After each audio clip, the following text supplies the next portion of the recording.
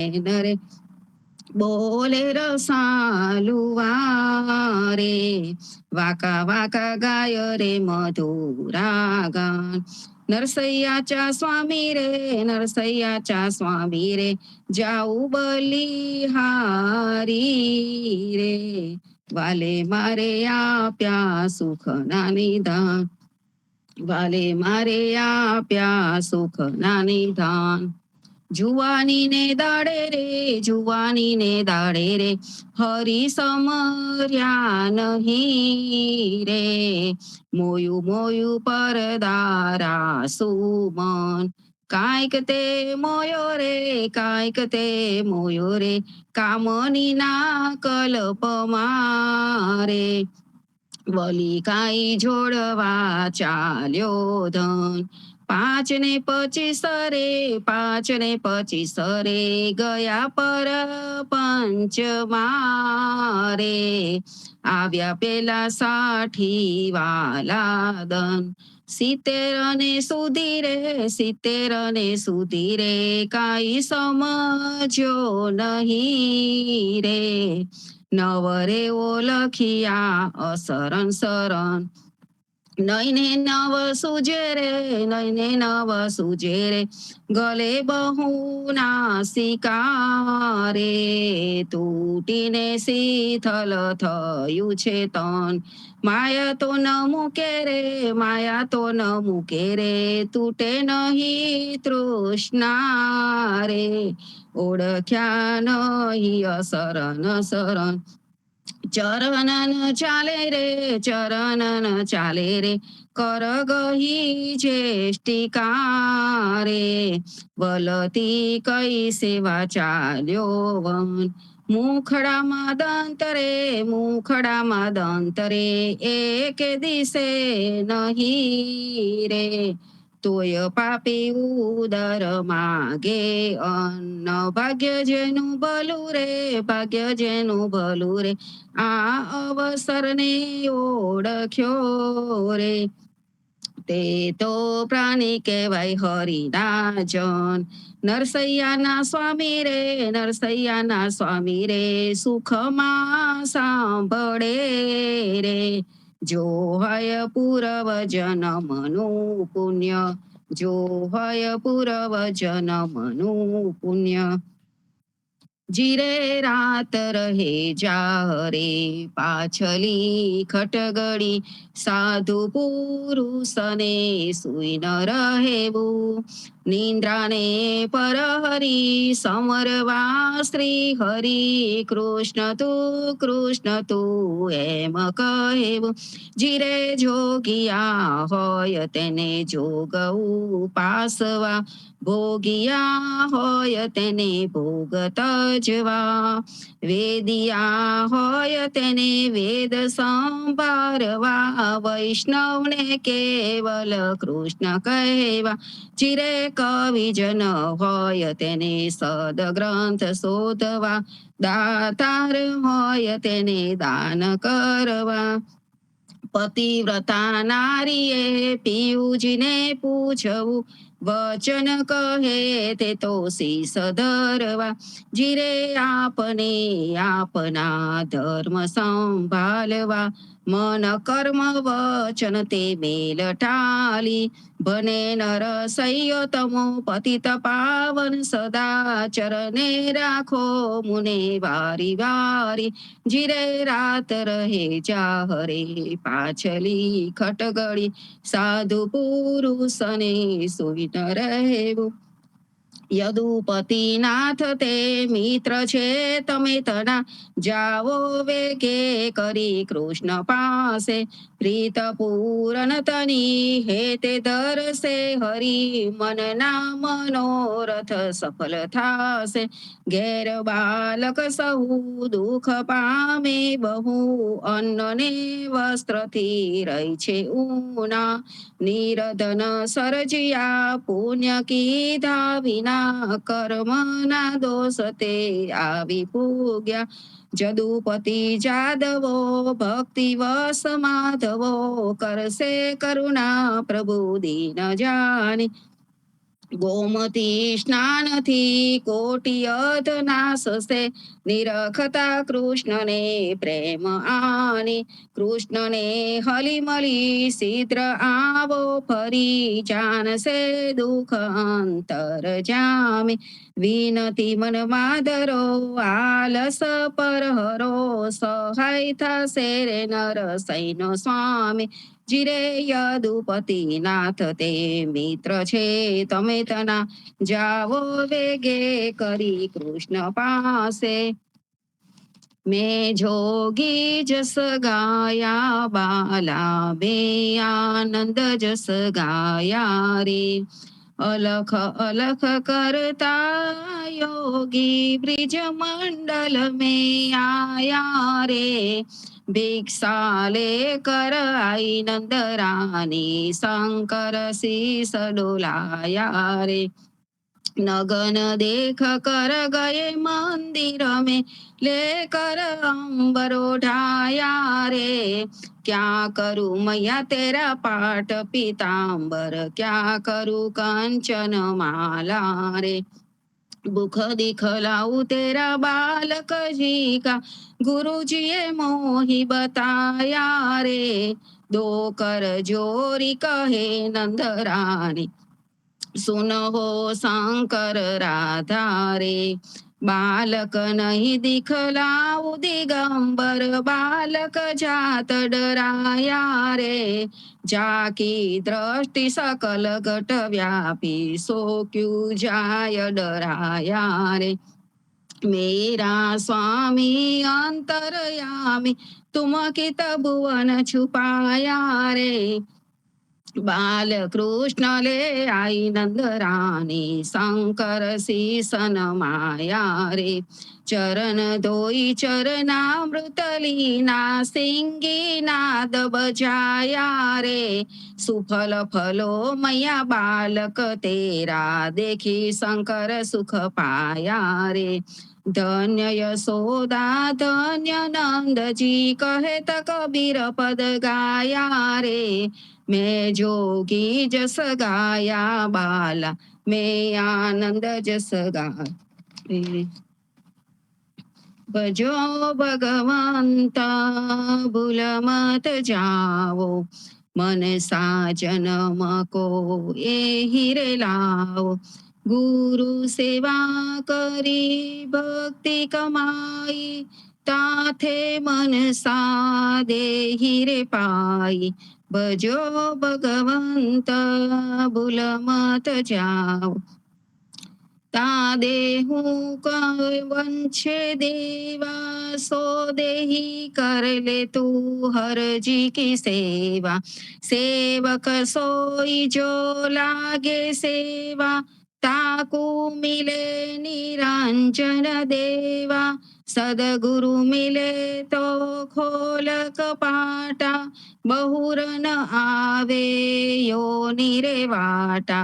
भजो भगवंता भूल मत जाओ, अब न भजे भजे सब कब भाई. आवे गो अंत भजन ही जाई, जो हरि भजे सो तत्व सारा. फिर पिछताए गो नर वारम बारा. भजो भगवंत भूल मत जाओ, जब लगी जरा रोग नहीं आया. जब लगी काल डसे नहीं काया, जब लगी ही न पड़ी नहीं वाणी.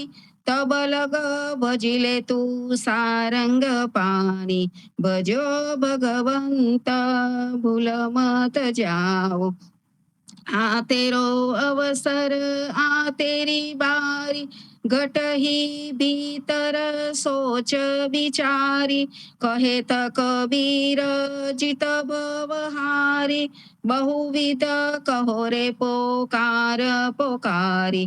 भजो भगवंत भूल मत जाओ, मन सा जन्म को एहि रे लाओ.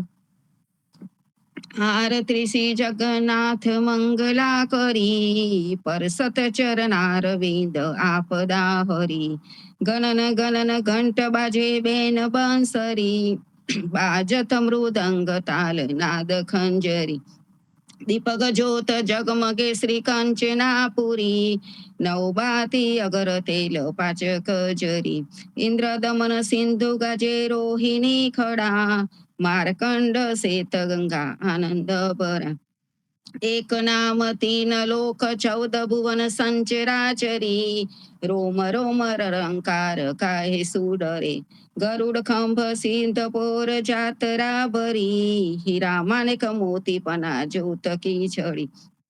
રતન સિંહાસન આપ બિરાજે બેત કી છડી, 56 ભોગ નીત લાગે હોત હરી હરી. સુર નર મુનિ દ્વાર ટાળે બ્રહ્મા વેદ આચરી, ધન્ય ધન્ય રાગો શ્રી આજ કી ગળી. શ્રી રામ મંત્ર આરતી કીજે, શંકર સનકાદિકાદ એહી રંગ બીજે. હૃદય તાલ ભીમ બોધ પંચ બાતી જારી, તન મન નિજ પર હરતો આયે વેદવારી.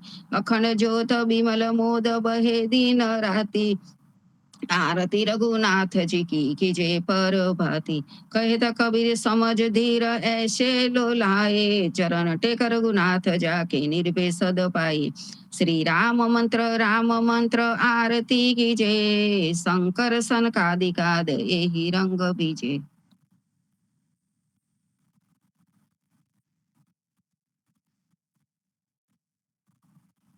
राम कबीर. कृष्ण जी कहता उठो रे प्राणी, कृष्ण जी ना नाम विना मिथ्या रे वाणी.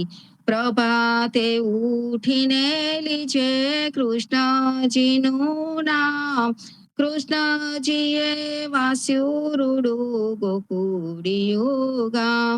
કૃષ્ણજી માતા રે હમારે, કૃષ્ણજી તાત સગાને સહોદર મારે, કૃષ્ણજી ભ્રાત. કૃષ્ણજીએ મામો માર્યો માસી સંહારી, પોતાના જાનીને હરિએ મુગતિ આપી. કૃષ્ણજી અજામિલ તાર્યો મહાહૂતો પાપી, એક કોલીએ કૌતુક કીધું તેને અચલ પદવી આપી.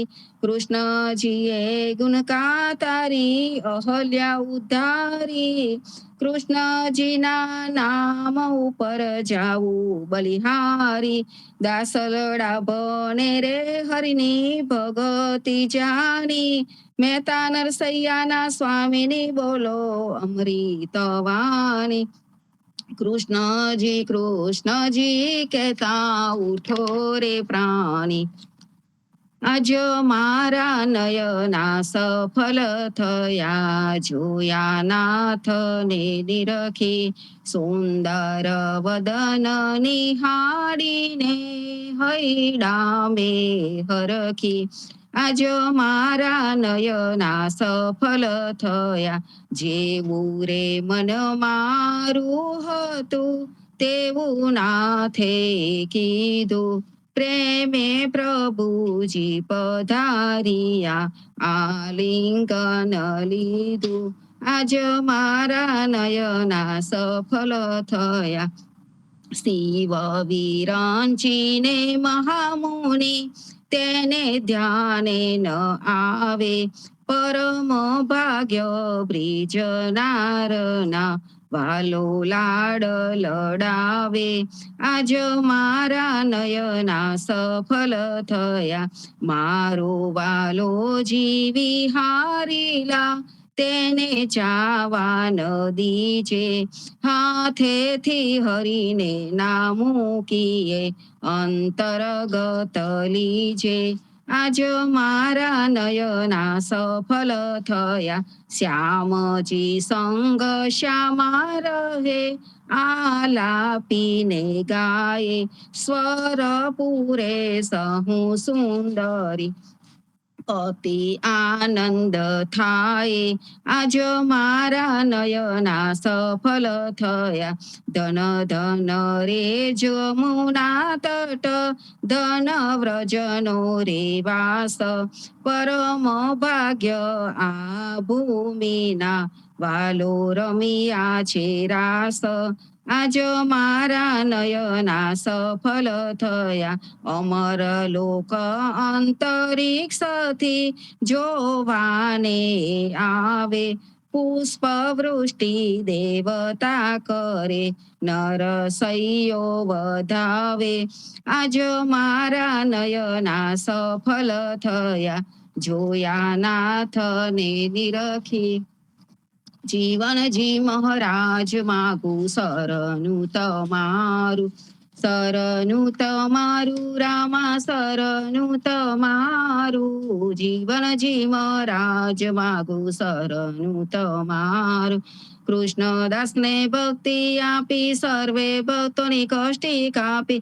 ભોજા ગુજરનો ઉદ્ધાર કીધો, કેશવદાસને શરણે લીધો. ગુરુ સંગાતે યાત્રા વિશે મારવાડને ઉગાર્યો. કૃષ્ણ કેશવને નિમિત્ત કરીને કાંઠો સુરત તાર્યો. પદ્મનાભ જ્ઞાનીજી દાદા સુખદેવજી ગોપાલ, જીવનજીએ કૃપા કરીને ઉગાર્યા સૌ બાળ. રામ કબીરની દળ નૌકામાં જીવનજી બેસાડે, કૃપા કરીને કબીર કૃપાલો ભવસાગર ઉતારો. જીવનજીના બાલ ગોપાલો રામ કબીર ઉચારો, ભવસાગરથી તરવાનો આ સુંદર છે બહુવારો.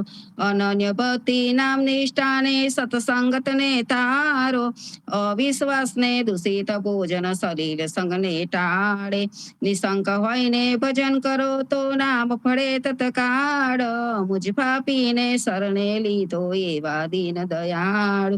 સદગુરુ જીવન છો નિજ નામ, જીવન કૃષ્ણ જીવન રામ. સદગુરુ જીવન છો નિજ નામ, જીવન કબીર જીવન રામ. હરમા બાપર કૃપા કરીને કાનમ પાલ ઉગારી.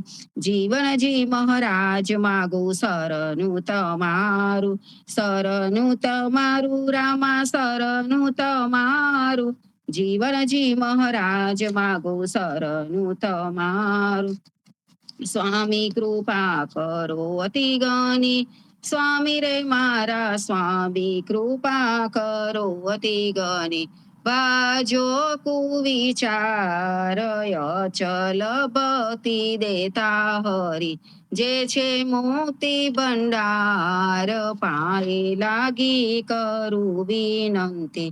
સ્વામી કૃપા કરો અતિ ગણી, સ્વામી રે મારા સ્વામી કૃપા કરો અતિ ગણી.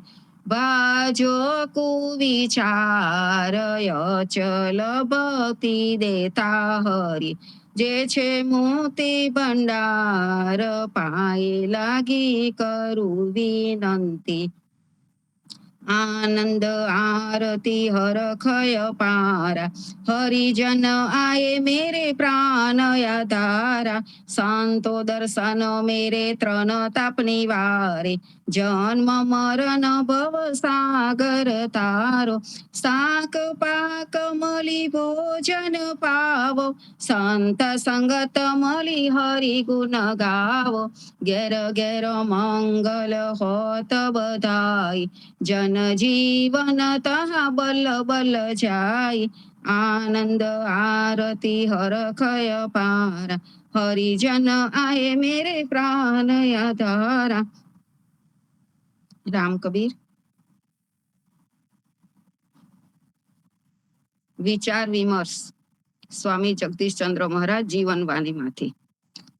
માણસને જ્યારે કોઈ બાબતને સમજવામાં અમૂંઝવણ થાય ત્યારે તેનું મનોમંથન કરી સમજવા પ્રયાસ કરે છે, અને મંથન બાદ તેની સમસ્યાઓની સમીક્ષાથી કંઈક અંશે કે પૂર્ણ રીતે ઉકેલ આવે છે.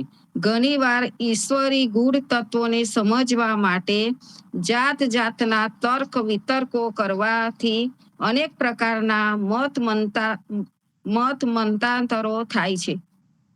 તમારામાં જેવી ભાવના હોય તેવું તમને દેખાય. અને તે જ સારું લાગશે. પછી ભલે તે નરકાગાર હોય તો પણ તમને સ્વર્ગીય લાગશે.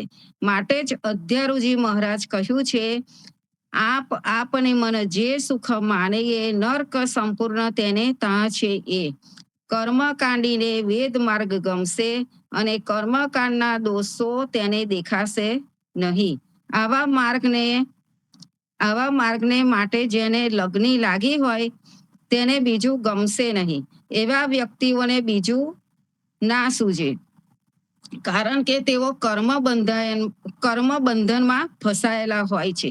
માટે અધ્યારુજી કહે છે, જેને કર્મ સિંચ્યું હોય અતિગનું તેને પ્રતીત નવ ઉપજે એ. કર્મ ખુદ્યા વિના પ્રતીત ન ઉપજે. પ્રતીત પાખેરે પલી અવતરીએ. વડુધોલમાંથી. આવા લોકોને સાચી વસ્તુ નજર સમક્ષ આવે તો પણ તેના પર ભરોસો આવતો નથી. આવી સ્થિતિ વિકટ હોય છે. ત્યારે ભગવાનની જો કૃપા થઈ જાય તો તેનો બેડો પાર થઈ જાય. માટે ભગવાન જેના પર કૃપા કરવા ઈચ્છે છે તે તો ભાગ્યશાળી ગણાય. ભગવાન જાતે આવીને આવા ભક્તોને ઉગારી લે છે. ભગવાન પોતે નિરાકાર છે પણ સંત સ્વરૂપે પ્રગટ થાય છે. તેમની આ એક લીલા છે. રામ કબીર. સર્વે સંતો ભક્તોને પ્રભાતના સાદર સપ્રેમ રામ કબીર. હેત કૃપાને રામ કબીર. સંતો ખૂબ જ સુંદર વિચાર જીવનવાણીમાંથી લીધો અને આ જ વિચાર આપણે આગળ લઈએ છીએ. કારણ કે અત્યારે જે આપણી સાખી ચાલે છે એ સાખી પણ આ જ વસ્તુ કહી રહી છે. જગદીશ મહારાજે જીવનવાણીમાં આજે સુંદર વાણી આપણી સમક્ષ રજૂ કરી અને આપણને એક પ્રભુ પ્રત્યે આકર્ષણ કેમ હોવું જોઈએ એ બતાવ્યું. અને એ બતાવતી વખતે એમણે કહ્યું કે ભગવાન રક્ષણ કરવા માટે, આપણું રક્ષણ કરવા માટે હંમેશા ને હંમેશા આપણી સાથે હોય છે. આ ધરતી ઉપર આવે છે, એ લીલા કરતા રહે છે અને કોકને ને કોકને નિમિત્ત બનાવતા હોય છે. અને જે નિમિત્ત બનતા હોય છે ત્યાં સંત પરંપરા, આ સંત પરંપરા એ એક નિમિત્ત બનેલી પરંપરા છે કે જે પરંપરાની અંદર કોઈ પણ પ્રકારનો અહંકાર નથી. હંમેશા ને હંમેશા દરેક મનુષ્યના માટે અનુકંપા છે. અને આ પરંપરાના સંત શિરોમણી એટલે કબીર અને આપણા માટે રામ કબીર પરંપરાના સ્થાપક એવા જીવનજી મહારાજ એ આપણા માટે શિરોમણી. એનું કારણ છે કે આ બે સંતોએ આપણને નિર્ભયતા બક્ષી છે અને એમના વિચારોને લઈને આપણે એક સાથે કોઈ પણ જાતના ભય વગર ઉભા થઈ શકીએ તેમ છે. સાખી ગ્રંથ અત્યારે ચાલી રહ્યો છે અને એમાં આપણે દાસકા અંગ ઉપર આવેલા છે. દાસકા અંગની આગળ આપણે બે અંગ ઓલરેડી જોયા છે. જે સૌથી પહેલો અંગ છે એ ગુરુદેવ કા અંગ.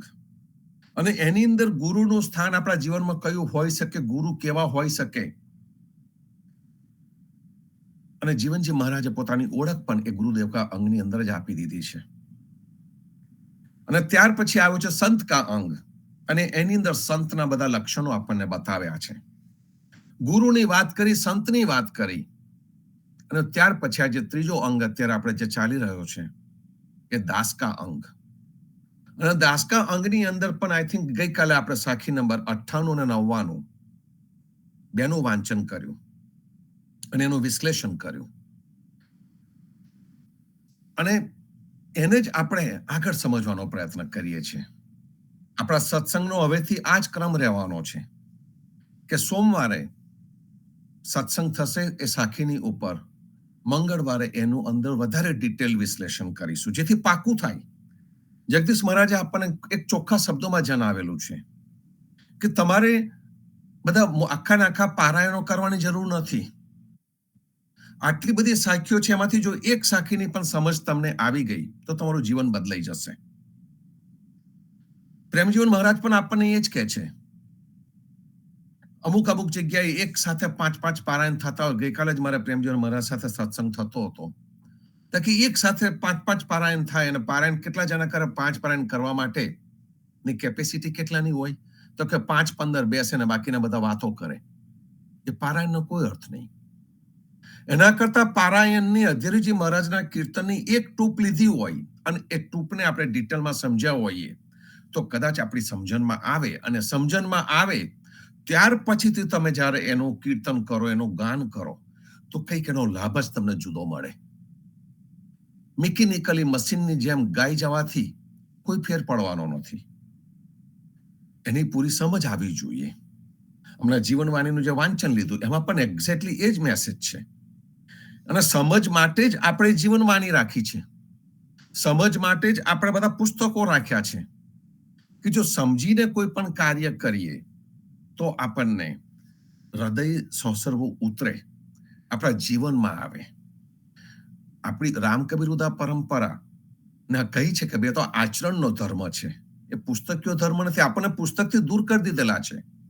એ પુસ્તકીય ધર્મ નથી. આપણને વેદ વિધાનો કર્મકાંડથી દૂર કરી દીધા છે, કારણ કે એની ઉપર આધાર રાખીને આપણો કોઈ ઉદ્ધાર થવાનો નથી. કબીર અને જીવનજીએ શું કહ્યું? તો કે નાત જાતને મૂકી દો. નાત જાતનો કોઈ અર્થ નથી, છોડી દો એને. નાત જાતને મૂકી દો, વાદ વિવાદને મૂકી દો, અરે દેવી દેવતાઓને પણ મૂકી દો, એમની પણ જરૂર નથી. એનું કારણ છે કે ઇવન આપણે દેવી દેવતાઓની પણ વાતો કરીએ તો દેવી દેવતાઓની અંદર પણ અંદરો અંદર લડાલડી જ છે. એનું કારણ શું છે કે જે મનુષ્યની જે પોતાની મનોવૃત્તિ છે એ પોતાની મનોવૃત્તિ પ્રમાણે વાર્તાઓ લખી. વેદની અંદર પણ ઇન્દ્રની લડાઈઓનું વધારે પડતું વર્ણન છે. એની અંદર તત્વ છે પણ બહુ ઓછા ભાગમાં તત્વ છે.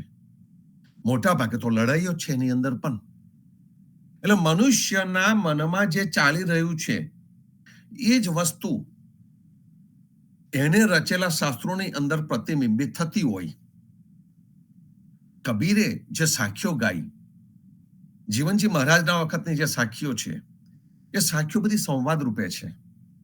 અને જે સંવાદ રૂપે છે એ દરેક સાખી આપણને કંઈક ને કંઈક રીતે પ્રોત્સાહન આપતી જાય છે, આપણો ઉત્સાહ વધારતી જાય છે.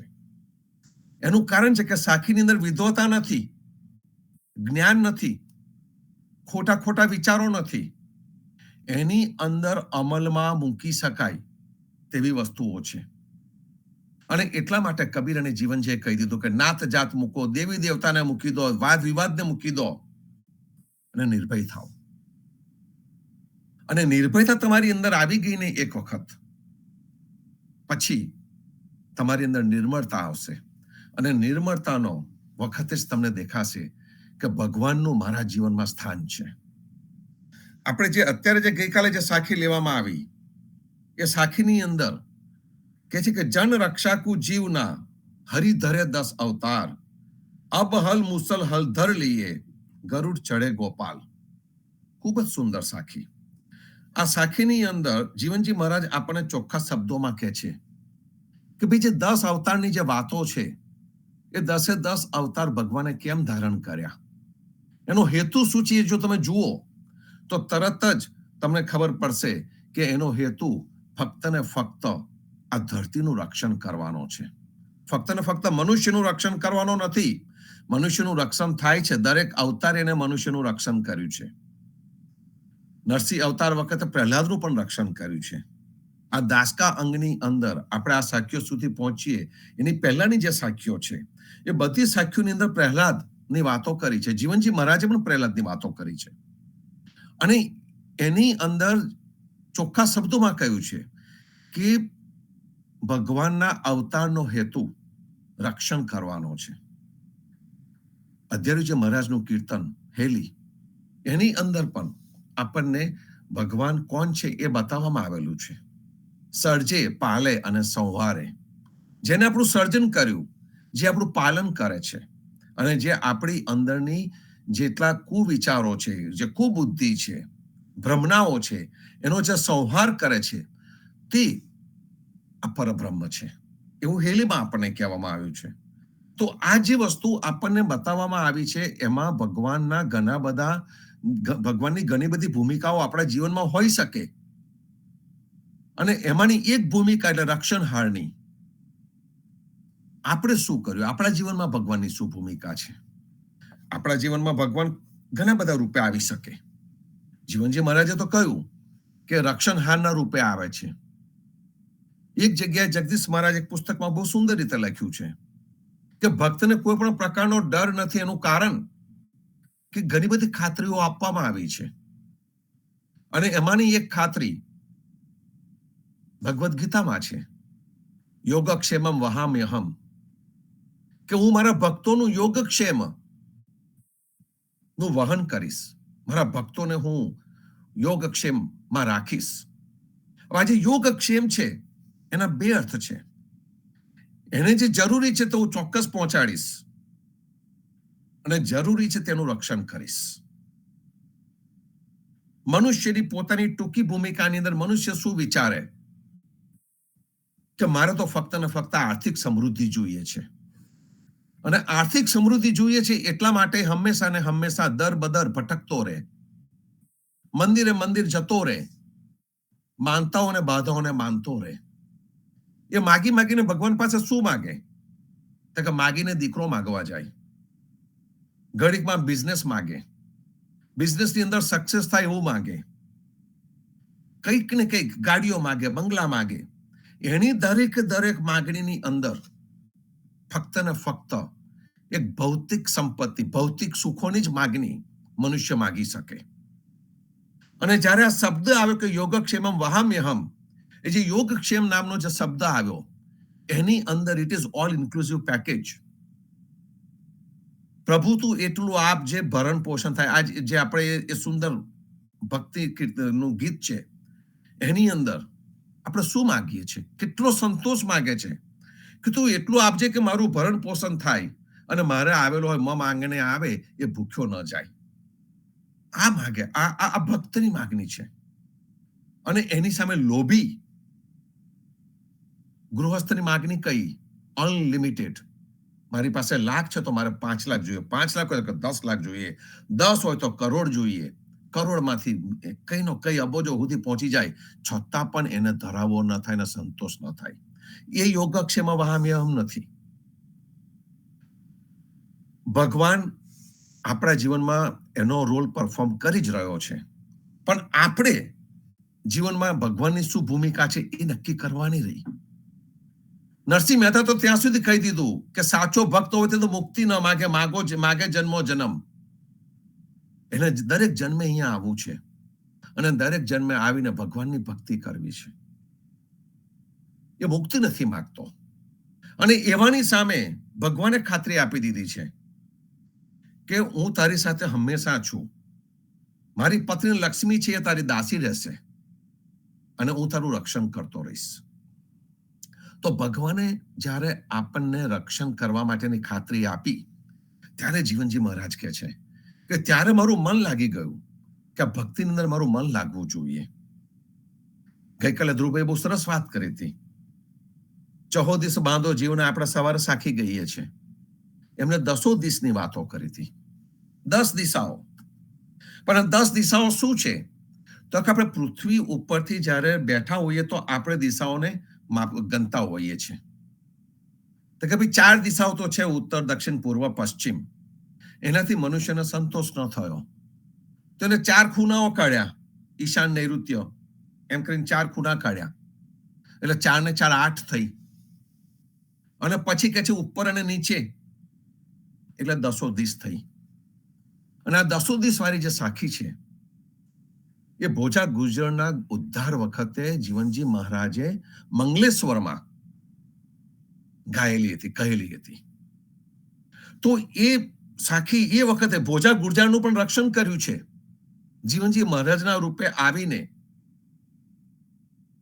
મુરલી મનોહર પરમેશ્વર તે ખરા એને આવીને ભોજા ગુર્જરનો ઉદ્ધાર કીધો છે. ભોજા ગુર્જરને માનસિક ત્રાસ હશે, જન્મો જન્મ કદાચ એને યાદ હશે, ગમે તે કંઈક હશે, પણ એ દુઃખી હતો. તો આવીને એનું રક્ષણ કોના દ્વારા થયું? સંત દ્વારા એનું રક્ષણ થયું. એમાં ભગવાન જ નિમિત્ત થયા છે. તો એક જે રોલ જે છે ભગવાનનો આપણા જીવનમાં એ આપણા રક્ષણ માટેનો છે. એની મદદ આપણી પાસે ઘણી વખત આવી હશે, નરસિંહ મહેતાના જીવનમાં તે અસંખ્ય વખત આવ્યા. ઘણા બધા પ્રસંગો છે, અહીંયા એને કહેવાની જરૂર નથી, આપણને બધાને ખબર છે. તો શું આપણા જીવનમાં નહીં આવ્યા હોય? શાંતિથી પળમાં બેસીએ અને પછી વિચાર કરીએ. Go back and go in to the future. Even current અત્યારે આપણે જે બેઠા છે એ સ્થિતિમાં જો આપણે સુખી હોઈએ, સંપન્ન હોઈએ, માનસિક રીતે કંઈક વિચાર કરતા થયા હોઈએ, તો એ ભગવાનની કૃપા નથી? આ સત્સંગમાં આપણે સર્વે બેઠા છે અત્યારે, અને બેસીને આપણે ભગવાનના ગુણગાન ગાઈ શકીએ છીએ, ભગવાનનો આપણા જીવનમાં જે ભૂમિકા છે એની વાતો કરી શકીએ છીએ, એની કૃપા નથી? આપણી અત્યારે કોઈ જ માગણી નથી. અહીંયા બેઠા છે એક વિચારધારાને સમજવા માટે બેઠા છે. જીવનજી મહારાજ સાખી ગ્રંથમાં આપણે જે કહ્યું છે એ જાણવા માટે બેઠા છે. અને એ સાથે જે આપણે વિચારો જે આવતા હોય એ દરેક વિચારોને આપણે ભગવાનની સાથે જોડી દેતા હોય છે. અને આ વિચારોની અંદર કોઈ પ્રકારની હિંસા નથી, કોઈની બદબોઈ નથી, છે તો ફક્ત ને ફક્ત આપણો પોતાનો વિકાસ. અને એટલે નક્કી કરવાનું રહ્યું કે ભગવાન તો મારા જીવનમાં બધું સારું જ કરતો રહ્યો છે, પણ મારા જીવનમાં ભગવાનનું સ્થાન કયું છે? અત્યારે આપણે ઘણા બધા કહે છે કે બેબી બૂમર જનરેશન, જેન એક્સ ને જેન જી અને મિલેનિયલ અને જાત જાતની દરેક જનરેશન, દરેક પેઢીની આપણે વાતો કરીએ છીએ. અને દરેક એક પેઢી બીજી પેઢીને હંમેશા નાની હોય એમ ટ્રીટ કરતું હોય છે. આપણે થોડાક જ મોટા થઈએ એટલે અહંકાર આવે ને પછીથી આપણા વડીલોને આપણે ગનકારીએ નહીં. આપણા છોકરાને પણ કહીએ કે એ પૂરું સમજતો નથી. જુઓ તમે કે દરેક પેઢી જે 20-20 વર્ષનું અંતર ગણી કાઢો તમે, 20-25 વર્ષનું અંતર, તો પેઢીઓ વચ્ચેનું અંતર વધતું જાય છે. ભગવાન કોઈ દિવસ અંતર નથી વધારતો. ભગવાને તો અંતર એનું એ જ રાખ્યું છે. જે આપણા જીવનમાં આદ અંત મધ્ય રામ જ હોય, એને પોતાની જગ્યા નથી બદલી. ઠેઠ મૂળિયાથી માંડીને ભવિષ્યના અંત સુધી, ઇન્ફિનિટી ની વાત કરીએ છીએ, ત્યાં સુધી આપણી સાથે રહેવાનો છે. પણ આપણે આપણી પોતાની અહંકારની અંદર એને ભૂલવાના છે, એ પણ નક્કી છે. તો આજે 10 દિવસ બાંધો જીવના એ જીવનજી મહારાજે બોચા ગુર્જારનો જે ઉદ્ધાર કીધો, એની અંદર પણ એક આ જ ભાવ હતો કે ભાઈ રક્ષણ થવું જોઈએ. આપણા જીવનમાં આપણે વિચારીએ કે ભાઈ મારા રક્ષણ માટે શાની જરૂર. આપણે ખબર છે પેલી મેસ્લોની નીડ હાયરાર્કી જોતા હતા, ઘણાને યાદ હશે કે જે મેસ્લોની જે નીડ હાયરાર્કી છે કે મનુષ્યના જીવનની જે જરૂરિયાતો છે એનો પેલો આપણે પિરામિડ બનાવેલો હતો. એ જરૂરિયાતની અંદર બેસિક નેસેસિટીઝ, જે શરીરને લગતી જે જરૂરિયાતો છે એ જરૂરિયાતોની વાતો થઈ. અને પછી ધીમે ધીમે કરતા એની ઉપર આપણે સેફટી નીડ્સ આવી, સેફટી નીડ્સ એટલે રક્ષણ માટેની. હવે સેફટીની નીડ્સમાં શું આવે? તો કે જે રક્ષણ માટેમાં સૌથી પહેલા તો આપણું ફિઝિકલ પ્રોટેક્શન થવું જોઈએ. અને એ રક્ષણ માટે આપણે શું થયું? તો કે રક્ષણ માટે આપણે પોતાનો એક ગામડું બનાવ્યું. મારું રક્ષણ, મનુષ્યને એવું લાગ્યું કે મારું રક્ષણ મારા પોતાનાથી થઈ નહીં શકે. પહેલા એ જંગલમાં રહેતો હતો, અને જંગલમાં રહેતો હતો તેને એવું લાગ્યું કે મારાથી મારું પોતાનું રક્ષણ નહીં થઈ શકે, એટલે પછી ધીમો કરતો એ સમૂહમાં, ટોળામાં રહેવા માંડ્યો. એ ટોળામાંથી જ આપણું આ ગામડું આવ્યું છે કે સમૂહમાં રહીએ, એક સાથે રહીએ તો પોતાનું રક્ષણ થાય. પછી એમાંથી આપણા ગામમાં પેલો પોલીસ પટેલ આવ્યો. પોલીસ તો હોય પણ એ બહાર હોય, થોડીક દૂર હોય, તો ગામમાં પોલીસ પટેલ આવ્યો. પોલીસ પટેલ પાસે ડાંગ હોય ને બંદૂક પણ હોય, એવો એક પોલીસ પટેલ આવ્યો. પોલીસ પટેલ એટલે પોલીસ ટૂંકમાં તાલુકા લેવલ પર આવી, જિલ્લા લેવલ પર આવી, રાજ્યના લેવલ પર આવી, પછીથી સ્ટેટ પોલીસ આવીને એની ઉપર સેન્ટ્રલ રિઝર્વ પોલીસ આવી, અને પછી સરહદની રક્ષા કરવા માટે આપણે સૈન્ય આવ્યું. This is four physical protection. આ રક્ષણ જ્યારે મનુષ્યને મળ્યું ત્યારે મનુષ્યનો વિકાસ થયો. વિચારજો સંતો કે જે રક્ષણની જરૂર કેમ છે? તો કે રક્ષણની જરૂર મનુષ્યના પોતાના વિકાસ માટે છે. જો હંમેશા પોતાના જીવનો ડર લાગતો હોય, આપણે ભયભીત રહેતા હોય, તો કેવી રીતે આપણો વિકાસ થઈ શકે? કબીર જીવનજી ની જોડી ને આ સમજ હતી. અને એમણે આપણને ફિઝિકલ પ્રોટેક્શન માટે કાર્યરત થવા માટે કહ્યું, જણાવ્યું. પણ સૌથી વધારે રક્ષણ જો આપણે જરૂર હોય તો શારીરિક રક્ષણની નહીં, માનસિક રક્ષણની છે. કે મારા મનનું રક્ષણ કોણ કરશે? મનની અંદર એટલા બધા કુવિચારો પેસી જાય, એનું રક્ષણ કોણ કરશે?